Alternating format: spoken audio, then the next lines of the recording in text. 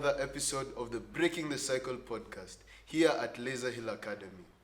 This is a podcast where we come together as a group to discuss several topics that we feel are affecting teenagers and, in general, all people around the world. So, today we want to discuss a certain topic called bullying. Bullying is a topic that may be affecting you, or it might be affecting the person next to you, or even someone that you are bullying, but you don't know what it's causing. So, today, as a group, we want to discuss this topic, and we'll start off at our far right with the introductions. My name is Naisomboy, a Form 4 student here in Laiser Academy. I am Mr. Miano Geoffrey, teaching ICT here at Laiser. My name is Nathaniel Umundi, a Form 5 student here in Laiser Academy and the school captain. And my name is Nancy Manyara, a counseling psychologist and the school counselor here at Laiser. My name is Gabriel Baraka. I'm your host for today. We're going to start off with finding out what is bullying. And I think the best way for us to start this off is from a psychological standpoint. So, of course, we'll start with Madam Nancy. What do you think bullying is from a psychological standpoint? Well, bullying is, we'd call it aggressive actions, repeated aggressive actions towards someone by another. It could be by a group of people or by one person targeting another. And usually it is intended to intimidate, to dominate, and to make the other person feel small. What would say it's an act of, power imbalance. The one aggressively treating the other one badly intends to put the other person down so that they can be on top of, or in terms of either they just want to feel good, and so they'll be wanting to make the other one feel small or afraid of them so they can be. We say in psychology, they want to stand out. They want to stand out as they put the other one down.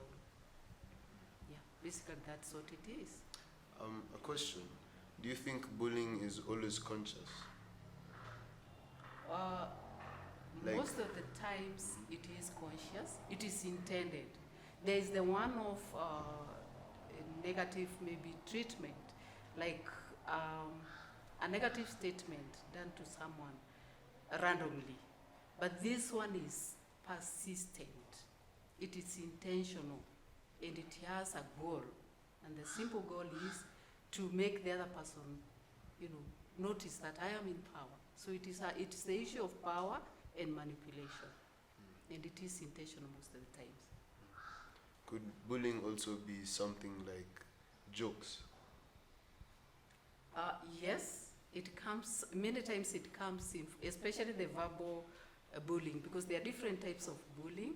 There is the physical, where someone actually hits the other or they push them. But the verbal one, now it's where you use jokes or funny statements about someone, calling someone a nickname, or just making a joke about them. And that joke may be intended for the other people around there, maybe to laugh at the other person and to make the other person feel small or different. Basically what we see, especially the verbal treatment that may be called bullying, sometimes people use humor, and you think it is humor. For the people observing, they may think it is humor. But it is humor that is aggressive, because it is attacking the other person. So yes, it can be used as a joke or come out as a joke, but the person saying the joke really knows what they intend to do. So maybe if we could continue this train of thought, I'd like to ask the whole panel, how far do you think a joke can go before it's considered bullying? In most cases, there is a limit to which you can be able to go in terms of the jokes that you create to each other. Because when you talk about bullying, it's not always about the physical bullying. It could be the verbal bullying in terms of talking rudely to people, or maybe body shaming people. And in some cases, it always starts as a joke. And when it is repeated in most of the cases, then it comes out to be offensive to the other person. And just like Nancy has elaborated to you, is that it's the person who is creating this message wants to be able to have some superiority over the other. And therefore, when you're creating that joke, you want to be able to show in a way that you are more superior, you're more better than your peer. I'll come at it from an angle of a student leader. It's sometimes very heartbreaking and sad to see the types of cases of bullying that can occur. There are times, as to answer your question, how far can a joke go? For me, teasing, there's a difference between teasing and bullying.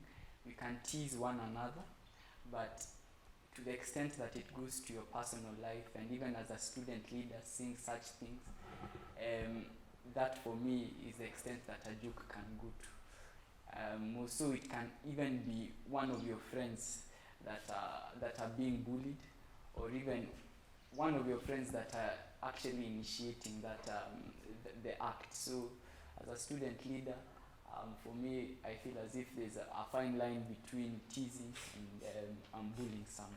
What do you think, back to you, Nathaniel, what do you think are some of the causes of bullying? Like, when I'm assuming some students do come to you when they're being bullied, Yes. and what do you think is usually the reason behind this? And I think some of the reasons, some people lack the proper guidance when they're at home, such that they may feel as if it is okay to do some of the things they are doing to their peers. More so, someone can make a joke, maybe someone relating to their families or whatnot, and they may feel as if, okay, this is acceptable. So for me, that's one of the reasons. Another one is projecting their own insecurities to someone. I think you've seen this, is that someone may feel inadequate inside, so that they, as Madam Nancy has said this, so that for them to feel superior, they may say something or they may do something, especially the physical bullying, so that to show superiority. So I think those are some of the things that have come to mind. Yes. so it's not always the bully's intention Yes. for them to be the way they are. Yes. Sometimes it comes from something deeper within that they're struggling to Yes. battle with, right? Yes. Yes. Okay. For me personally, I remember in primary school I was quite chubby, let's say. So I was bullied a lot for that, and it was, as much as compared to some other things, it might not seem like that big of a thing, but for me at the time, it was. And sometimes, again, with what we're talking about, teasing and the difference between jokes, I usually think that in terms of bullying, the person who is performing the action doesn't really get to decide how much it's going to hurt the person, because everyone's level of sensitivity is different, right? And so there are some things you might say to me, even something as small as pum pum, or something small, especially at that young age, and for me it would send me home crying. But for you it was a light comment, you know. And so with that, I'm curious to, I guess, the rest of you, have you ever experienced bullying for yourselves? In my experience as a former victim of bullying, I would say some of the effects or some of the things that I was bullied of is my appearance and how I interacted with people and my quiet nature. So in this, the effects that I found in this sector is that I isolated myself from people and I fell into a depression state, and by this it led me to not feel like myself. My self-esteem went low, and me interacting with others was limited, and I couldn't even trust anyone easily, and I couldn't even associate with people in the right way. Like, if I was told to stand in a crowd of people, I wouldn't stand in front of them and give a certain talk or a speech to anyone, because when I was being bullied, the social contact with people was like so limited. When you have something that other people do not have, and especially someone who feels entitled to be the one to have that, most probably or most likely they're going to do something to make sure you don't enjoy what you have. And I'm saying this because when I was growing up, I know we are not supposed to be, praising ourselves, but I was quite brilliant in class, and we're in the same classes with my cousins. And I come from a relatively humble background, and my cousins came from a relatively higher level than economically than we were. And so there was a sense of Nancy should not be getting these good marks. And it came even from the parents, my uncle and my auntie. But I had this great grandmother who lived with us, my paternal grandmother. We shared that grandmother with my cousins. And many of the times you'd find my cousins talking negatively about me. We get our marks and they're like, calling me names that would make me feel very, very low. Very low. I would cry a lot. Because they're trying to use what they have against me who is doing well. And one day I remember going home crying. We were very good friends with my grandmother. I always pray for her to continue reminding me how she taught me. And she told me, you know what, you're crying because someone called you this? I said, yes, and I wish I wasn't. Actually, I told her I wished I was not even alive at that time. And she was like, she laughed. She told me, you know what, those people who are talking negatively about you, those who are harassing you, they harass you because you have something they want and they do not have and they know they cannot have. So yes, some of the times the bullies, I'm not saying all of them, they have noticed you have something they desire to have. Because bullying is all about difference. You're different from us. You're different because you have good character. You're different because you take your studies seriously. You're different because you come from this community. So there's something they envy in you. So even the body shaming we get, it's because someone admires probably your nose. And because they know they can't have it, they'll pick on you because of your nose and make you not like your nose. So my grandmother tells me, you know what, those people, you have something they do not have. So the next time they call you names, just ignore them and do what you do best. Maybe if I can extend from what Nancy has talked about, I'll talk about the newest form of bullying, which is cyberbullying. And this, of course, has come because of the fact that most of us are engaged in all these online communities that we have. We are either in Facebook, Instagram, TikTok, and all that.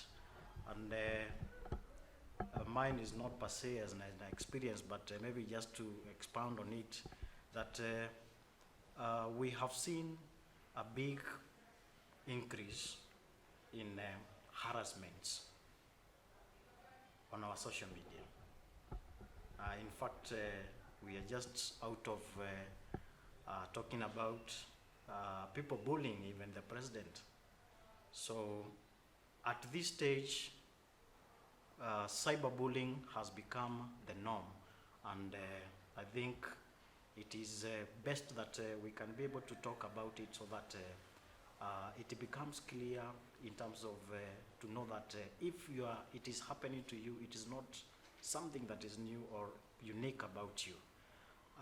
It could be happening as simple as taking a picture And of course, if of course you have posted a picture of yourself on social media, now all the other aspects of the verbal abuse in the other bullying will now be able to kick in, and you'll find yourself being people talking about the picture. It's just a picture that you have taken, and you have posted it for your friends, but the same friends may critique it, may talk about it, and at the end of the day, you will maybe be feeling this is not the reaction that I wanted to be able to get. You may be wanting to get, you have posted the picture and you wanted to get 100 likes. So the first blow will be within the next 1 hour I have not gotten a like. So you feel it's like my friends are also bullying me because they are not liking my photos on Instagram and TikTok, or they are not viewing, or maybe they are talking negatively about it. So the negative talk is usually the worst part of in cyberbullying, and maybe as we continue we can be able to mention further in terms of how we can be able to react to all these in cyberbullying. I think just to add on what he said is that other examples are some of these footballers that they have posted something, maybe their team has lost, and there are people behind their phones or their laptops or computers that would like to write negative comments about such and such a player. And we've seen that this has led to some of these players actually leaving these social media outlets because they feel these people, their self-esteem has gone down, confidence has gone down, and someone they don't even know has written something that has fully destroyed their confidence. And most of what he has said about cyberbullying is that some of these people that write these negative comments would not have the guts to actually come to you and say, you know what, this is where you've gone wrong. They feel safe behind their screens or their laptops. So for me, with cyberbullying, I think is a matter of awareness, teaching people or young children or young students that this such and such, these are things that you should be writing or you shouldn't be doing on these platforms. I think it will go a long way in stopping such cases.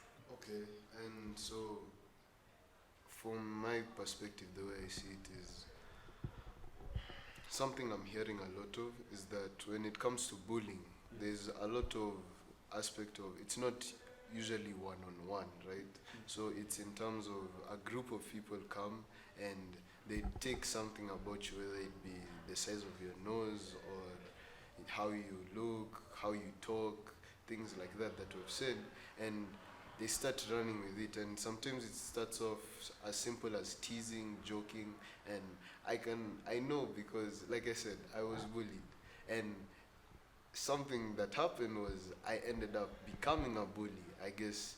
And the funny thing was I didn't even know it. I remember being told, let's say I was bullied, the peak of my bullying was in class 4, and then class 4 to class 7, I became a bully. And me personally, like Madame was saying, there's things that you have within yourself that you struggle and you don't even know, and you just project them on others. And I remember stories I was being told was some of the things I used to say were things I truly felt bad most about myself. But because a large group of people had already said this about someone and it's something I could relate to, it's so easy for you to just go and attack and attack and attack. I feel one of the ways that we can combat this bullying, whether it be cyber, whether it be physical in a school, is just trying to understand self first and foremost, like we've said and we've heard. I think it's very important for people to understand who they are, what they are capable of doing, the worth that they have in themselves, the things you're good at. Some are good at basketball, some are good at dancing, good at poetry, so many things, right? The floor is open. Can we share some of the ways where we've been able to overcome or help others overcome their bullying? We can go back to Nice. Okay, from my point of view, I'd like to say that these bullies, mostly they tend to seek validation from their friends and show how more and gain more power, like to show some certain entitlement to themselves. And I would like to say that one can overcome these such comments as from the cyberbullying, and even if it's not a case of cyberbullying, by not listening to what they say, by living your own life and remembering that everything they say is not like going to distract you or is not going to put a negative effect on your daily life, and that people talk and people will never stop talking, even though you wear good clothes, you wear good clothing, you have a car, you don't have a car, people will always talk. To be able to curb all these cases of bullying, in a school perspective, it is important for us teachers to be able to have good policies to be able to curb this bullying here in school. For example, if it's fighting, if it's verbal abuse, schools have to be able to come up with better strategies and policies that will be able to ensure that these cases are not repeated, because they will always be there. How do we make sure that they are not repeated? The other thing is, as teachers, we have to be aware of people who are constantly being bullied by the others. It is important as a teacher to be able to spot those who are victims of the bullies, so that we can be able to know how to help them. Because as we have been able to hear, is that most of them may not be able to report it. They may not report it directly to the teachers, but it is now upon us as the teachers to be able to notice that there is something wrong about this particular student, and be able to approach them and be able to see whether we can be able to help them. The other thing is, in terms of cyberbullying, what I teach in ICT is three things to be able to curb cyberbullying. First one is zip it. You zip it. That is in terms of all those posts that you can be able to make. Then you can decide which ones, if you are a victim of all the bullies, then you can stop the posts, or you can not post, or you can do what we call blocking. You can block those who are tending to be able to block it. So you zip it, then you block it, and then you can report it. You report it to, in most of the social media platforms, there is always a way of flagging off those bullies and those people who you think are tending to be able to bring you a lot of difficulties. So just zip it. If you can be able to avoid too much of the posting, if you can be able to block the unnecessary friends that you do not require, and then you can always turn to reporting the bullies and ensuring that we have a safe online communities. Thank you. Yes. I would like to add on that if one finds themselves in a state of being bullied, one should start to seek support from others. Find someone who can talk to and who you trust, and share your problems with them. And you can also try do therapy. In fact, it helps a lot, and you'll get over being bullied easily, and just find a way to overcome it. And yeah, that's it. But over and above that, as a counseling psychologist, I've had quite a number of students referred to me for bullying, and for me, the victim and the bully are both casualties. There are people who need to be attended to. One, because for someone to bully the other, it's most often than not is an indication of other issues, underlying issues. esteem probably is down. Maybe they have grown up in an environment that is not conducive for them to thrive, and so they are taking out their frustrations on the other person. So that for me is someone who needs attention. The one who is being bullied also is a casualty in my view, because there must be something they can do, but they're not able to do it. Sometimes they will tell you we could not report, because if I report, the bully becomes more vicious, or the bullies now, life becomes very difficult for me, or I cannot ignore because maybe they are correct in calling me what they are calling me. So for me, it tells me that that person do not have enough life skill training to be able either to manage the frustrations that come from being called whatever names they are called. Maybe they have not accepted who they are and their situation. And if they cannot report, it means they are also not, they don't know how to do it, communication. So I'll take these two as my clients who need help. For the bully, I'll be trying to find out, why is it that you're doing this? What is happening in your life for you to want to project that on the other person? And most often than not, you find they also may be experiencing some bullying somewhere, maybe even from their own guardians and their parents, by the way they are being, raised, or the things that they witness in that place. And so they come from a place where it is not safe, and they bring that now to the other person.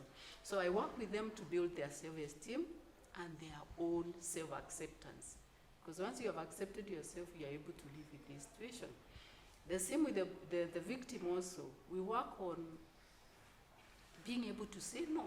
Because for some, like he said, there is something they pick in you that they want to use. So if you have that acceptance of yourself, and you know who you are, and you know how you are, and you accepted yourself. He said he was chubby. That time maybe he couldn't have used that term. But now he can, because he has learned more about himself and known that it is possible. Maybe the other person, we don't know what is happening to them, but me, I am me. So when someone tells me about my hairline, I'm saying this because I was really bullied about this. When someone now would tell me about my hairline, I would tell them I know it. My hairline, I have no issue with my hairline. It is actually beautiful. But it got me, it took someone to tell me you look beautiful the way you are. So we need, as a counselor, I would be working with such a person to build their self-esteem and their self-acceptance. The same with the person who is bullying. They also need to, their esteem and their acceptance built. So yes,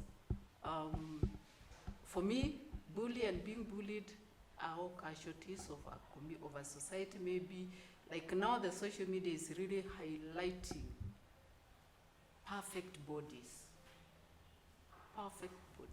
super perfect. It's made even worse by the coming of the AI, where you can do a lot of, is it AI or what, that does a lot of stuff, that I present a perfect body, but we are not perfect. So that knowledge needs to be there, like he says. The guardians and the teachers and the parents need to let their children know those perfect bodies you see there, they are not, they are fake. You are the most beautiful person. Just that validation. And when we do that, then we have people who accept themselves. Sometimes we even use a community to bully someone. And we talk very bad things about that community. But there's so much that is beautiful about that community. So if I come from a community and I don't know the unique aspects of that community and accept them, when someone talks about negative aspects of my community, I feel like I'm being targeted. So there is a lot of need for awareness so that everyone can accept who they are. And bullying, although it's not just for the young people, it is everywhere.